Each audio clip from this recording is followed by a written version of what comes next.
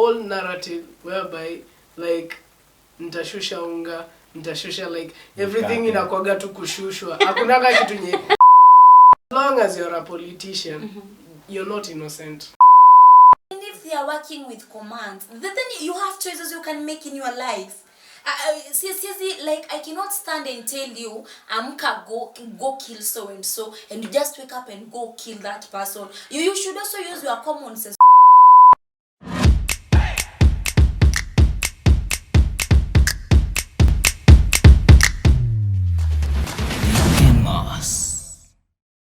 And of course today, we are here to talk about something very, very painful. Imagine, ati nasikia Gen Z, wamepatiana advance. Unaona venye wafanyanga job then kuna advance inatumwa. Like before party salu. So, kuna baadhi ya Gen Z ambao wamepeana advance kwa Anmongani. But before we go to that story, let's talk about Mrembo on set. Mrembo, hi. Hi. Nakumbuka na smile fiti. Sasa tuko na kina nani leo? Smiley over here. Marz, Phoenix. But you can call me Marz. Marz Phoenix. But you can call me Marz. I don't want Smiley. Smiley here. Smiley smiling. So, umesikia story ya Anmongangi? Kwaje? Ushatuma yako? Hata mimi nilishatuma deposit ya 1 bob. Siku ni kesho. Nisema tunalipia deposit. So umesema kesho ni kutokea? Lazima tutokea. Asubuhi very early in the morning. So Marz, like hizo vitu ni sawa. Tukiziangalia mtandaoni zinakaa ni kama ni jokes. But ukiangalia on a deeper scale, like where do you think the Gen Zs or the youth, the Kenyan youth are headed? Kama mtu anaweza tuma 1,000 bob kwa mutisha na kimwambia cheki mimi na book space ya kesho. Na sitaki mtu mwingine anishughulikie, ni wewe tu which direction? No, honestly. Actually, me, I don't see any offense over there. Actually, people want to rest in peace. If you see that, hakuna mtu mwenye anadai kufa ati vibaya. They want the best services for their bodies as they rest in peace. Another thing, someone sending money like a D.O.P, inamaanisha that person is very willing, very dedicated to sacrifice their life for the country. So I don't see any offense over there. So hadi kama mimi ningekuwa in that situation of which I love myself, I could have done the same. So does it mean you're not in the same situation? I do love Kenya. I love my country, but where I'm still young. Vile Marz bado hajapata tha kutuma mama na kutuma bado. Bana yota au naweza nunua kesho kakuata at least But umesema like they love themselves, they love their bodies, they want their bodies to be preserved, worked on properly. So it's self-love. So venye sasa pia Marz unajipenda, unafaa kuwa ulishafikisha hapo kani kapunch hivi ama nikujazia. Najua ni watu wamechoka na life yao. Mimi bado sijachoka. I still have a long way to go. But talking about ready to die for your country. What cause are you dying for exactly? Kasongo obvious. Kasongo is the cause you're dying for. See, we want him out of that place. Sasa nikuulize shi. I'm a Smiley. It's been 1 year. Tangu tutokeleze. I remember I was part of the first team. Unaona ile team ya kwanza? That was the time tulikuwa very clear on the course that you were working on. Unaona? Ilikuwa ni reject finance bill. After that, Kasongo ilikuwa ende nyumbani and all that stuff. And in the process, we lost a lot of people. Kuna kina Rex, kuna kina Denzel, kina nani. And now it's 1 year. Na bado ni kama Kasongo bado wako office. But that was then. We want to try it now. So what is going to be different this time around? Kasongo must go. Uko sure? Yeah. Uko sure? Unauliza we as youth, where are we heading to? Tunaelekea Zayuni. Tunaelekea Zayuni, where else? Now, tukiendelea about the conversation, let me read this thing out. Kuna kitu Murkomen alisema. Unaelewa? Na Murkomen ndio CS wa security. Na kuna kitu alisema hapa. Alisema if an American citizen is found saying that they will invade the White House, then the Secret Service will definitely come for them from in their houses. Ndio. Lakini anasema it's only in Kenya whereby if a citizen says we are going to invade and occupy the state house, then they are left to walk scot-free. Yes. What does that mean for us as a country? This is Kenya. And that is US. Yes. Yeah. This is Kenya. Na kila place iko na strategy yake ya doing things. So, if you try to tell me to listen, kwani who is Murkomen in this country? It's security. So, then what does he want? Anataka nini? Sisi tu mnaweza mwende hapo kama anataka kwenda. Unajua mimi sioni hapo big deal. I don't see a big deal over there because actually in US it's one person. Generally more common is referring to one person. And currently we are talking about Gen Zs, and it's not only Gen Zs. Namwache kusema ati always everyone in Kenya is suffering from whatever is happening. No.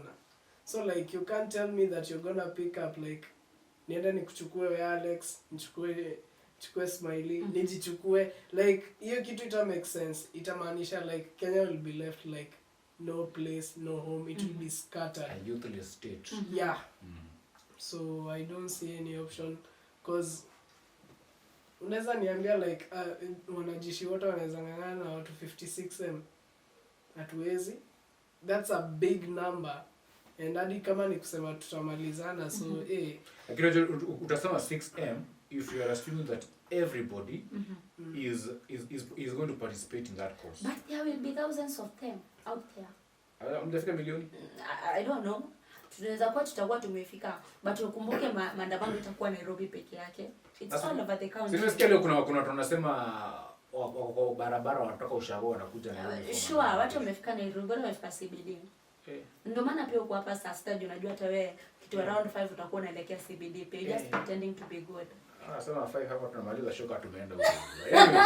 So hadi kuna wengine so tell me why unasema Murkomen sijui alisema nini, like who is always okay, like tuangalia maandamano ya juzi, then a guy ametoka tu kujitafutia, then selling mask hivi, then someone comes, an officer comes anamshoot anaenda, and that's all.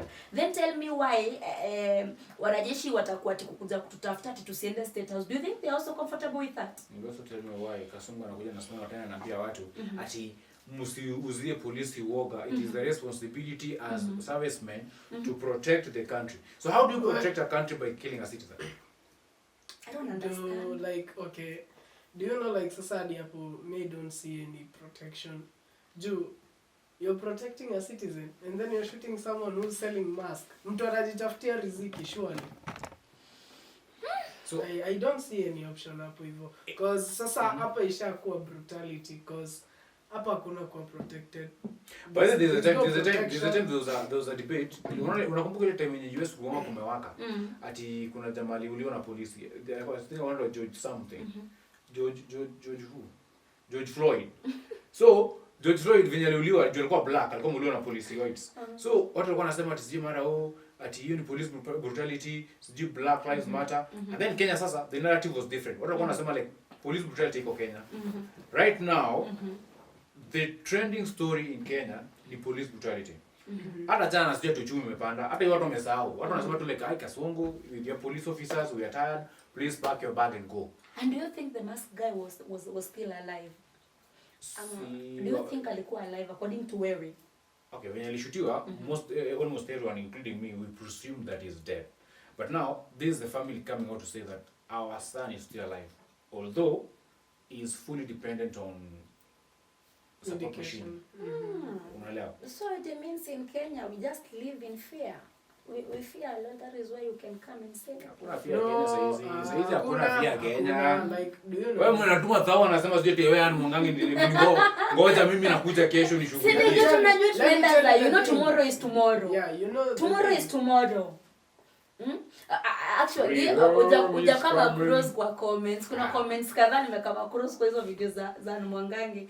Then someone comments and says, na mtu meno zangu mbili hapo mbele mpatie Roske. Yeah.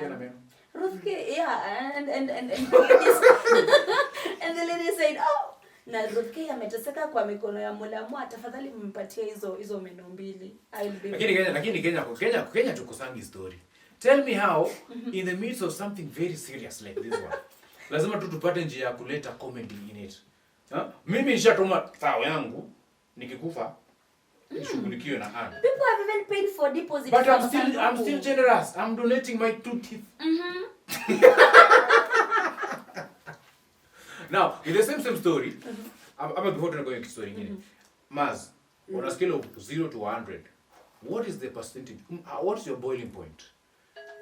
Because unaona comments post zingine mtandao mtu anasema kama bado hujakasirika, then this is another reason for you to kasirika. Mtu ana drop post fulani. Kama bado hujakasirika, ana drop ingine. So, what is your boiling point? What percentage? Me honestly, I can't tell you. Okay, I was furious, but still, even if I get furious, there's nothing that will change. No. Okay, something that will change is that nitaenda huko nje. Last year it happened like this. People went outside. People got killed just fighting for whatever was to be implemented for the better of Kenya. But what happened? Still the same. To end up on the old narrative whereby like mtashusha unga, mtashusha like everything inakwaga tu kushushwa. Hakunaga kitu nye like hakunaga like I just remember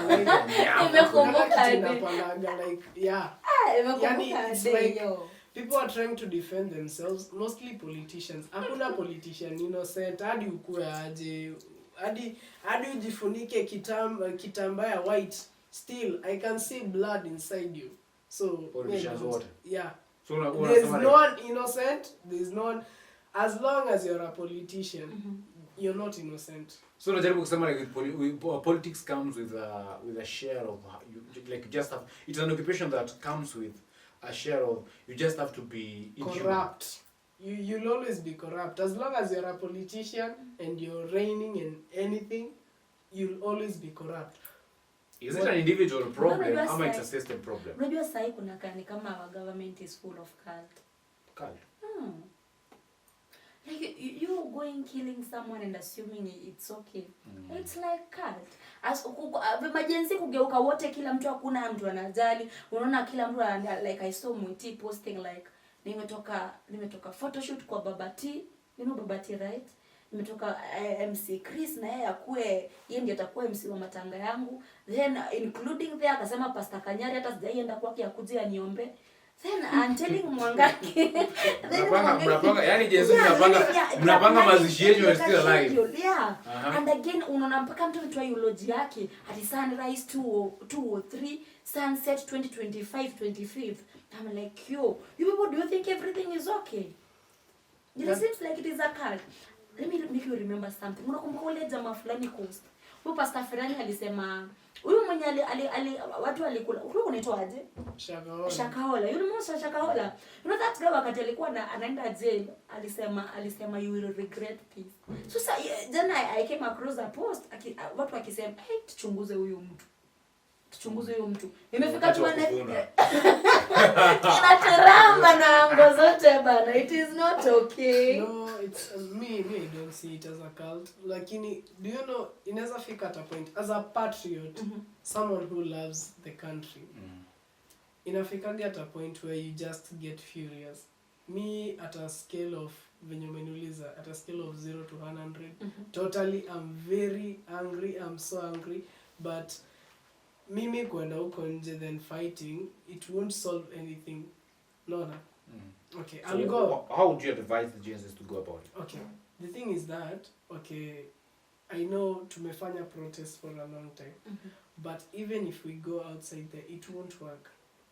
These protests zinaendelea kufanya our economy inaendelea tu go down. It's shattering down.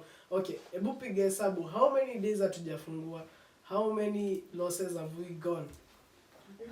Ni sawa, lakini imagine unafungua kila siku lakini almost 50% of your profits zinaenda kwa serikali. What's the point? Najua hadi M-Pesa bana wanataka kuchuna bana. Mnataka kuchuna hadi M-Pesa wanachuna huku 11 bob, wanataka kuchuna part nyingine tena. Okay, lakini okay, I know that part hurts as a Kenyan, as a patriot. Ina hurt sana because you're working hard, but whatever you're getting, it's just, mtasemaje, unapata vitu ndogo, like you can't even contribute. Hiyo hadi ukisema ni kununua chakula ama kujifurahisha, utalipa tu rent. Manzi na sharing lazima. Umepandisha hadi pombe men. Amajane. Utalipa tu rent, ukishalipa rent ufanye shopping hiyo mwezi unapandisha hadi mikorogo men. Mkorogo na by 15 sasa imeshafika 3500. Ya wantazola tutafanya nini? Jizoe. Wana tax mpaka mkorogo. Jizoe. Kama uko na uso kama yangu. Hivyo. But now Marz, you're saying like we've been protesting for a very long time. Yeah. And you're saying that it won't bring change. Yeah. But now the question is, what would you suggest the Gen Zs to do? Because they say they're leaderless. Okay? They don't have any leader. And they're not ready to have any leader. So there's no medium of the government and the Gen Zs to sit down and talk. Now tukisema serikali ifanye public participation, haita work. Najua. Because there is a very, very strong enmity between the political class and the Gen Z. Yeah, sure. Yenye sisi mimi kama Gen Z nikiona huyu ni Sakaja nakumbuka maneno ya goons. Ni wewe mimi na wewe Sakaja kama koti yako sasa kwa kona. Ndio tumalizano. So how would you suggest the government and the Gen Z to find a common ground and to avoid protest? Watu wakulane mawe tu. Okay. Hapa hivi Hiyo ni mentality ya she, and then politician anasimama anasema we will not sit and look at what you, because now politicians are calling the Gen Z goons and the Gen Zs are accusing the government of sponsoring goons. So nivute nikuvute. Nishike nikushike. Nirarue nikurarue. How is it goons wanafaa wanashikwa? In fact, kwanza hizo jela niliona wametengenezewa zinafaa zikuwa hapo CBD kesho. Hizo jela niliona zinafaa zikuwa hapo CBD kesho, because this is too much. Because protest haifai kuwa na goons. Like totally okay, we are not fighting because we want money. Hizi tao shilingi 1000 2,300 hazitoshi. Even hadi nikipewa it won't change anything. Lakini unasema lakini kuna goon mwenye anaenda kwa streets juu amepata 200. Okay, najua some people out here like anapiga hesabu ye atakula nini usiku. Unaona? So ikipiga hiyo hesabu yafikiri nini kesho itakama. I know like it's not good thinking of tomorrow because you don't know if you wake up or not. So your story at it is not good to think about tomorrow. Where? Imagine breeding a population of young people who believe in, please don't think about tomorrow, let tomorrow plan itself. No, it's not like tomorrow planning itself. Just do everything like there is no tomorrow. Like do everything like today is the last day. Yeah, that's why the Gen Zs are paying for 1,000 shillings. As if they're dying today. They're not planning for tomorrow. They're saying Kasongo, it is today or today. You know, it started like a joke. Ilianza kama joke. Say it is getting so much serious. Ilianza kama joke. Kuna mtu ametwita anasema na mwangangi make sure umeniweka pale kwa fridge huko kwa kona. Pale kuna socket na wifi. It's getting that serious. You know someone might sit down and then they'll be like, Kenyans like joking too much. But there's somebody who's commenting akiwa serious. Yeah, you know, serious. Ndio unajua si kila mtu mwenye anatokea. Kesho kuna mtu anafeel amefika mwisho na live. So tusikuati sisi wote tunafeel. Ati sisi wote we are patriots as tunaenda kukufa bila. There's a clip I just came across today. Mtu amepelekwa kwa court. Anakuwa judged. And then the person from nowhere anaambia judge ati mimi tafadhali nifunge tu nipeleke kwa jela because at least huko sitailala njaa. Yeah. Sitailipa rent. And that is serious. Na nabembeleza the judge. Remember there is the story of 2M. Nifunike tu. Umesahau there is the story of 2M. So kila Gen Z anaona if at all leo nienda nipigwe kitu niende. I'm sure mamangu babangu atapata hiyo 2M. Yeah. The 2M pengine pia anasema usipe babangu ni mlevi atakula na wasichana bana. Angalieni mamangu. Anyway, wewe talking about goons acha kuongelea nini? Tunaongelea baba wenyewe wewe. Kwani what talking of the goons. Last week, ndio maandamano yenye wali sponsor goons wakuja na rungu na wakaiba pia vitu tao. So leo ama ni jana kuna mtu amekama hapo na story akisema unajua Twitter venye inakuwa more political. Akakuja akasema ati Sakaja ameprint t-shirts zenye zimeandikwa Babu Wino 2027. Yeah. Anasema ati hizi matisha zina plan kupewa watu wa infiltrate demonstrations kama goons. Do you think that the current situation in the country is sponsored? No, it is not. Uko sure? Yeah. Ati hakuna politician mwenye ana benefit kwa hizi stories zote za maandamano? No, I think me based na side yangu I think maybe if the positive side of it all, kama ni ukweli that is what he did, he has already given up. Because I believe sahi the language inatembea tao, it's just that he's had some na kona dimples, nothing more. He's not working, he's just sitting. This time around tunaangalia, you're not looking at dimples and Just when I was getting some dimples. I need dimples. Atuangalie dimples, personally uko na dimple kwangu wewe ni msupa, but sijasema ukose. Niko na dimple. Ani gijimo. Unajua dimple kama menokombo. I mean, I do know the importance of gym. You cannot eat it. Now, why I'm asking, whether you think this whole project of Maandamano is sponsored. Did you? Well, initially, last year, what walikuwa wanasema like Raila ndiye alikuwa behind, Raila and Gachagua were the ones who were behind the Gen Z protest. And the moment Raila and Naruto wali shake hands, then story ya protest ikaisha kabisa.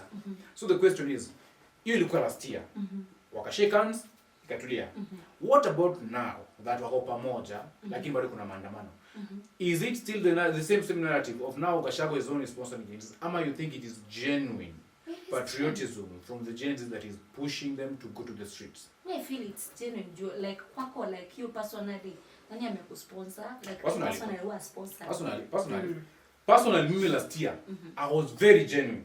As much as nilikuwa upande ya media, upande ya media and document everything that is happening and all that stuff. There was that feeling, ama ni change position, nitoke huku niende ile side nyingine. Unaona? But now this year I'm like, we fought for something last year, but it didn't work. And plus, according to me, I feel like last year it was more genuine than this year. This year we have people who are tired. They don't even have a cause they're fighting for. They're just tired of life, and they want they like hawataki hata wajui kufanya chochote anymore. Lakini last year ilikuwa ni people who are like graduates. People who are like walisema tu like me with my status quo, I don't want to know whether I'm a Gen Z or not, but I'm going outside because I want to educate the mass about e-finance bill. I want to fight and say no because of this and this and this and that. Lakini sasa hizi tuko na watu wamejeza tu maandamano because I am a Gen Z. It's a wave. I'm a Gen Z and the Gen Zs are outside. Twendeni. Me personally, I think the reason is to why na silali. I'll go there because I think I feel the mask guy, the anafaa with justice. I feel hata kama baba ya John alitufail, we feel pia that guy needed justice, but he was not. Lakini hata tukisema baba Ojwang alitufail. Wewe kuulize. Mimi nimekulea insani nimekulea. And then nimekulea kwa shida. Na mimi pale hivyo pia kuna mandugu na madada wa Ojwang ambao na wasomesha kwa tabu. Ni sawa umeua mtoto wangu. Mwenye nasemeka kama mtoto wangu. Lakini umeletea 2 million. Anahitaji hiyo pesa surely. Hata mimi wewe unaweza kataa. Then you are looking at the 2 million. What about the 10 million Kenyans walichanga? Live about acha na hiyo 2 million ya Ruto. What about the 10 million? 12 million. You already 12 million. Sasa wewe uniambie ni wachana 2 million. And then the guy comes out again like nilifulizwa, I don't have anything, tulipata 3,000. I'm like, yo, you people you think we are kids? Yeah. That is what happened. It was freezed everything. Okay, like you know the thing is that the thing is that parents wanatakaga like once like mtu mkubwa akishasema kitu ama mtu akiwa kwenye cheo akishasema kitu ni asikizwe. Ni hivyo. It's period, like you don't and then they believe politicians are very smart. They're very smart and they're very educative and they know, and when they say something it's always a fact. That's where they go wrong. One thing mimi naweza sema Mwai Kibaki did the best thing ever, making education so free and very like yani kila mtu apate education. That's why mimi naweza sema like even if they try so hard aje, like you cannot contradict the mind of someone when yameenda mpaka to a university level and anajua what is wrong and what is bad. So like I don't see any offense over there. Another thing, story ya Babo Joan bana. Wao ni baba na mtoto wake. Mtoto ni wake. Kenya ata decide ni yeye. So kama aliamua kuchukua 2 million ya Ruto, it's none of our business. Kama sasa hizi watu kwa social media wanasema ati mimi nikikufa 2 million yangu pea wazazi wangu. See, that's the thing. Kwani unadhani sisi we already know 2M is guarantee. Okay, that's the Kenyan government. So your right is up to 2M. That's the Kenyan government right now, ama si ndio? Nikuje ni wewe mtoto wako. Hata ukufe sahi, God forbid if you die now. Then that means we are Kasongo product. Let me tell kila mtu kila Gen Z Kasongo amekelea milioni 2 kwa kichwa yako. So the final period. Na tuache kukimbia tupumzike. Akiambia mapolisi go outside there and shoot every kivinyangari kwa rapata, we shouldn't be complaining because that is his 2 million. Tunafaa tutulie, tutakufa sisi wote. Tuwe tutakuwa sisi wote. Where? Yeah. Now, let's go to your point in amesema. Like African parents believe that once someone is in a political position has said something, then that's final. Yeah. Right? That's why watu watokeleza juzi wakasema ati nyinyi wazazi, if you know you are I don't know what age to what age, usitokeleze hiyo siku. Yeah. Tuachie sisi vijana tupige kura. What's the take on that shit? My take on that is kuambia mzazi, unajua tukaenda kubishana pale nje na mzazi ako na masis mingi. Mzazi tuna mmoja ameumia, ashaanza kumuna, ashatoa nguo. We don't want that. We want them to stay back there. You know, mzazi ni mtu unaweza convince once. Ashaanza kulialia. We don't want such pictures. Na mzazi ni mtu akiona tu wanaweza shikana wote watuzuie, and nothing will happen. Mzazi basically, mzazi ni mtu wa masses, ni mtu ana huruma moyo. Pigwa tear gas pamoja, mama yako natoka mbio uenda huko uenda then anarudi kwenye tear gas iko. Kangeve oka. At the end of the day haina haja tukufe sisi wote. If it happens niende atarudi tu nini apige kitu apate mwingine. Kwani how ready are the Gen Zs for death? Very ready. Actually sai Gen Z, the only thing they are fearing ni ujimoto. Ayo Gen Z. Of course. Where Gen Z? Yeah. Ndo naongea zile za. Yeah. You are personalizing it. You Gen Z or Gen Alpha? Me Alpha, you know, I'm a Gen Z. Very calm. Saizi Kibaki amekaa mahali chini anasema God, watu wanatesa saizi ile nchi. Ni watu ambao nilipea free education. And then pia kwa zile za na regret, the free education that I gave saizi nataka kuwa taxed. No.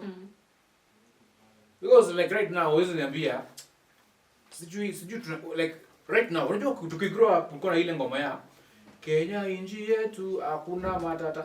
As in that song ukisikia ulikuwa na feel like that spirit of patriotism. Yeah, sure. Right now would you be confident to stand and say I am a Kenyan? Sai matata imejaa. No, hata sai kusimama uambie mtu you are a Kenyan hiyo. Kenya ni madhara ya. But once a Kenyan? I Kenyan. Good. So guys, let's take a short commercial break and when we come back we'll continue this conversation. Do you support maandamano? Or do you disagree with maandamano? And if you agree or you disagree, please let us know in the comment section. This is Gamers Podcast. I'm your host, call me Mr. G. And if you like, Uncle G. Na niko na dimples.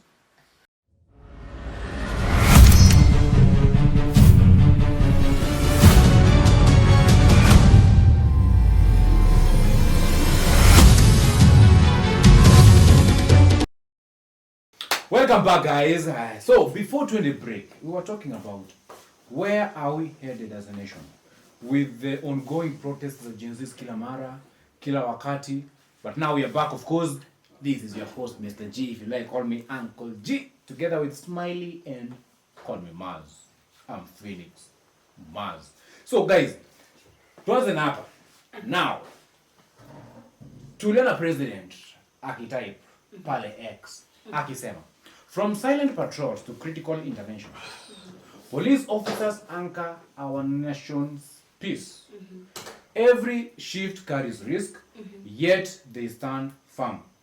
Right? Respect is the least we can offer in return. Heshimu askari. Hashtag I stand with the police. Kidogo, naibu wa rais Kithure Kindiki akasema, respecting police doesn't mean ignoring mistakes. It means valuing their service while demanding better. We cannot build peace by destroying those who protect it. Heshimu askari. I stand with the police. I stand with the police. Though, what are you standing with? Police. Oh, how will I even stand with mtu anafanya tu brutality all over. Mtu tunapatana na yeye hata sijamgonga, sijarusha mdomo, sijafanya anything, ananipiga tu kitu. Aje, nasimama na nani? Msee, mimi nimedate karao, nimedate pasta, nimedate afande na nakwambia nikudate mwizi. What are you standing with? I stand with police. Muliwa Rex juzi, Shieni juzi.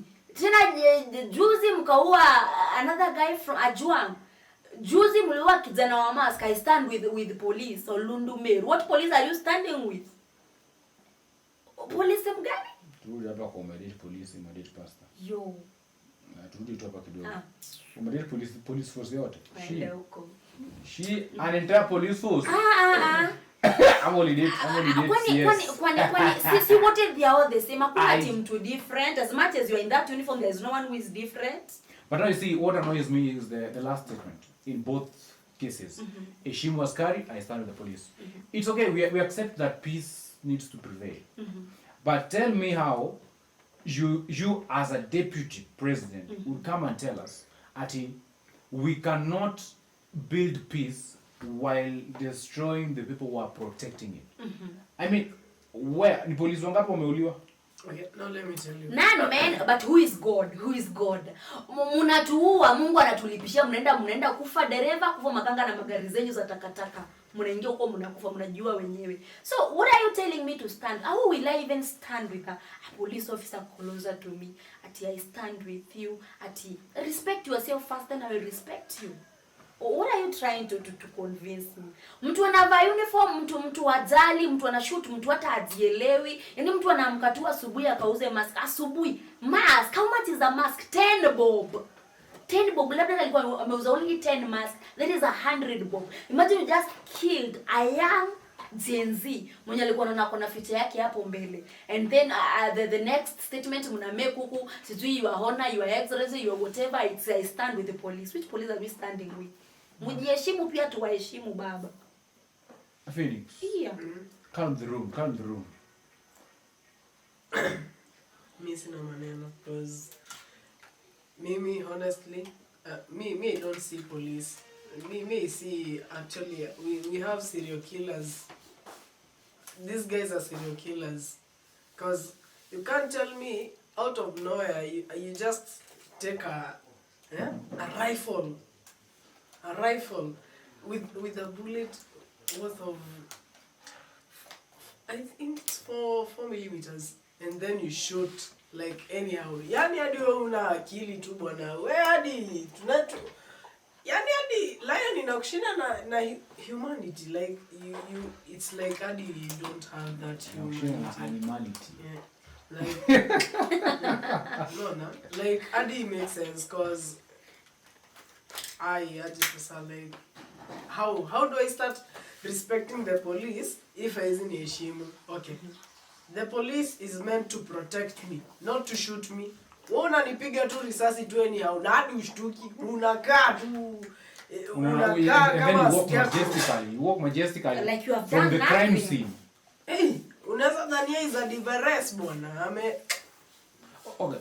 Lakini okay. I'm not saying I stand with the police. Neither am I saying that I don't stand with the police. Do you We know must what? also accept that kwa hiyo police force kuna wale wazuri. There's a photo of a policeman that was trending from I think last year. Mwenye alikuwa anapatia watu maji yake. Walikuwa after like mtu anataka kupiga na tear gas and then anakupatia maji ukunywe. Then where is he now? Huh? Where is he now? But now you see the problem is not even the entire police force. Ni baadhi ya polisi hapo ndani. No, the problem is all of them. Okay, The problem is all of them because tell me why. If I see you doing something bad, sitakubali. I will not sit down and watch you do something bad. No. If ningetaka my fellow friend abadilike, ningembadilisha. That's what happened kwa polisi. No. Polisi atakaa tu chini aone tu mwenzake akiwa mwenzake. That's the same thing ili happen yo kijana. The fellow policeman alikaa tu hapo. Do you think such kind of sentiments work with people in uniform, the police and the soldiers? Do you think when you say like if I'm a friend, I won't stand and see you do something bad? Do you think such kind of things work with people whose lives or jobs are controlled by commands?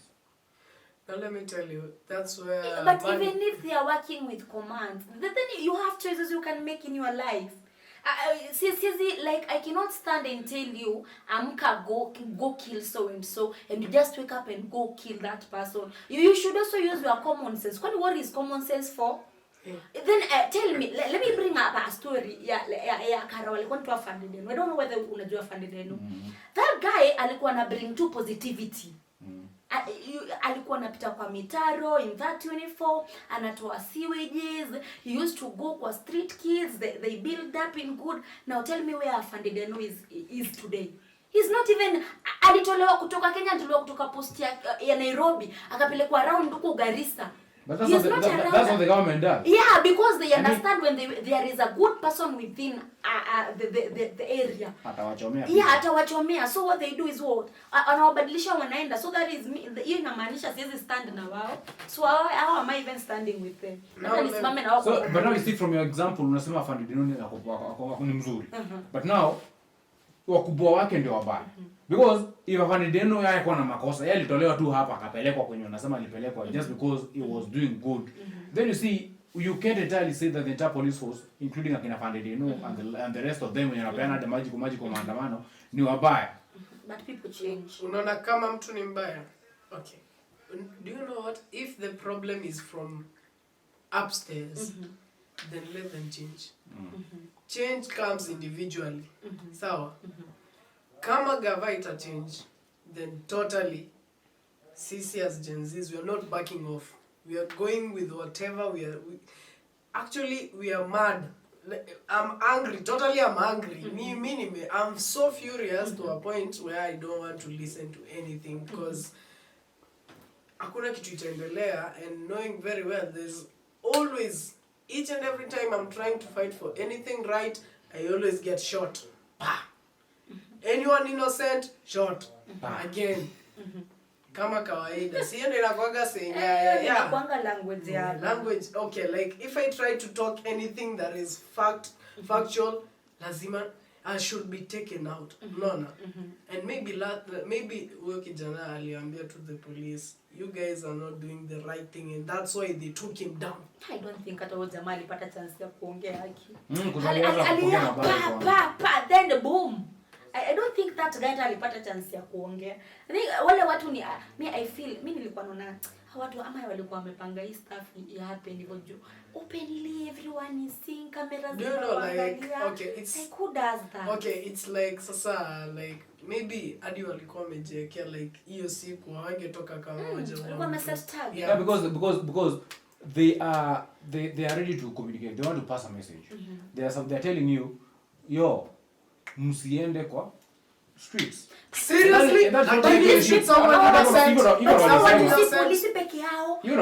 Watu wamechanganyika, kuna KDF, kuna wamechanganyika huko. Ndio nasema. Kama saa hizi Kasungu alisema I'm ready to deal with you guys. Yeah. Mkienda kwa street 25th. So nobody knows what is in store for them. So na najua vizuri nyinyi saizi kama saa Gen Z, nyinyi mshalipa thao kwa. Yeah, hakuna kitu tunawashtua kama hata people wanashtua. So what can they do? Talking of that, tuende kwa history nyingine. Kuna huyu demeto njeli alikuwa abducted tujue ya kutengeneza website ya kuhamasisha watu kuhusu nini finance bill. Recently another guy Diangui pia amekuwa abducted. So You see, there's a tendency whereby for every single person who comes out in public to say that the government is wrong, if the government is doing this, doing that, is being abducted. Now, what is the future of Gen Z? It seems like our word to Unaona nyota ya Gen Z ilishazimwa. Acha tu nikwambie. Hii ilizimwa immediately these leaders wali refuse to change. And when I say ilizimwa, hii inamaanisha like if a Gen Z anaweza enda pale comment section ama ingia pale TikTok na aseme niwekee space pale mog yangu niwekee nataka ile yenye iko na socket mali kuna wifi. That's how much patriotic these guys are, and they are very dependent to the country, and they are very willing. And me currently, let me say, I'm so proud of these guys. I'm proud of myself, although me see risk totally. I'm not risking my life. I'm too young. I'm too young. But if you look at that statement in another way, the guys who are saying that nibukie space up more blah blah. As much as we look at it and say that they are being patriotic, in other words, we also mean these are people who've already given up. They know that no matter how much, they're saying, no matter how hard I'm going to try, I know that I'm not going to be listened to. And I know higher chances are I'm going to meet my death in the process of trying to fight for my right. Now the best, that's how it's coming out. But you know, hata nikwambie majenzi hawaja give up. Okay, like the reason is why they are doing this. Wanaonyesha kasongo that you know what, we are not afraid, we are not worried of anything. Nowadays death is not even scaring us. So we are ready. We can hand over anything in exchange. What do you think would scare Gen Z? Now let me tell you. Nothing. Zero. Nothing. So it means we are raising a breed of fearless young people. Now let me tell you, the moment you start, amogopi msoto unapata Gen Z the moment single room ana chakula lakini akoze ile za acha nikwambie, the moment you start like kwanza kuogopa, hii inamaanisha you have something. Guys, okay, if I know kuna kitu siwezi kula, if I know bana niko na rent nafaa nilipe na bado kuna mtu ananitax, I will go outside there, I will fight for that thing. Unaona? Kama kuna kitu inakoga kwa hii dunia is that everything is full of competition. Unaona? But as long as niko high and I see my government is oppressing me as I'm alive. Oh, nimesikia ukisema high. As long as I'm alive and I see my government is oppressing me and there's a next generation that is coming, na mimi nimetulia, I siwezi kaa chini bana. Bora nikae kidete, nimekaa nimesukuma matako yangu hapo kwenye cushion, nasema tu kila kitu itakuwa sawa. Never. Ndio nasema historia matako nakumbuka comments zina drop pale hivyo ex za Shillah Road. Yes. Kwanza wenye umesoma hayo kitu nimeimagine sasa ukijisongesha kwa kiti ya Shillah Road pale kwa bedroom yake ya State House. Wacha tu. Yani Gen Z we fear nothing. Yani people are just tweeting. Yani Gen Z wa Kenya mnaingilia president na familia yake yote. Wacha hata na kuingilia president na familia yake yote. You know tunasema ni one time. Another incident ili happen, I think ilikuwa Otieno. It was a club. There is this thing Adwanyoba loves going. We call them Mugithi. And you know the msanii na anasikika kwa kila mtu. Then he is busy there anasema hello habari yenu and the audience shuts. Wananyamaza wote. Then boom. Mtu akuza anawaambia ambia Gen Z one time. Anasema one time kila mtu anasimama. Anasema one time kila mtu anasimama. That is how it was working with him. That is how Samido aliweza kucheza na ile crowd yenye alikuwa nayo. After that what happened? Fire. Samido alishikwa. Yes, alishikwa. Reason being one time. Na sio alisema one time as in WANTM. Yes, one time inamaanisha nini? One time. Quantum. Now let's go. Let's hata tuangalie baadhi ya comments za posts za Shillah Road. Ati ndio amesema tabia kai. Wewe ndio umesema tabia Shillah Road. Since kesho after kunusa From Shillah Road. keyboard warriors, a breed of fearless keyboard warriors. Ingine gani? Ziko moba. By the way, nimesikia kesho like maandamano ya 25th bado pia like unaona ile machinyo anasemanga like we have to mention the names of what? Oh, angalia yote. Shalinuto. My dad has better plans for our country. That's how it always like each and every kid lazima tete mzazi wake, lakini as long as your dad is bad, each and every kid. Yeah. Today, but now that I am the person I am today because my dad was blah blah, my mom was blah blah, wanipenda wananichukia sijui na wachukia mimi. Sasa anakuchukia kwa sababu hana pesa. As much as money is involved, my father is always good. Yeah. Atakuwa mzuri sana. Yeah, as much as money is involved. Hadi akae shetani namna gani tampaka akae. No matter what he does. Kusema kasongo shetani. Let me tell you, the evilness that is happening and the president is always calm over there. President Akaya aliuliza mtu juzi ati kama shetani angekuwa anazaliwa Kenya, ni from which tribe angetoka? Kalenjin. Akasema ni angekuwa Mkale kutoka Sugoi. Because everything is happening and the president is so calm. Yeah, let me ask you guys. If you are the president today, mark my words, if you are the president today, and you find yourself in a situation kama ya Kasongo sahizi, what would you do? I surrender, I give up. Why should I risk my country? I just give up, cause the pressure, first of all the killings. Does Kasongo even feel pressure? Huyo hadi anakaa kona roho. Does he have feelings? Shalin Fungua, you are my witness. And these people should stop abducting us. We are doing a very bad job.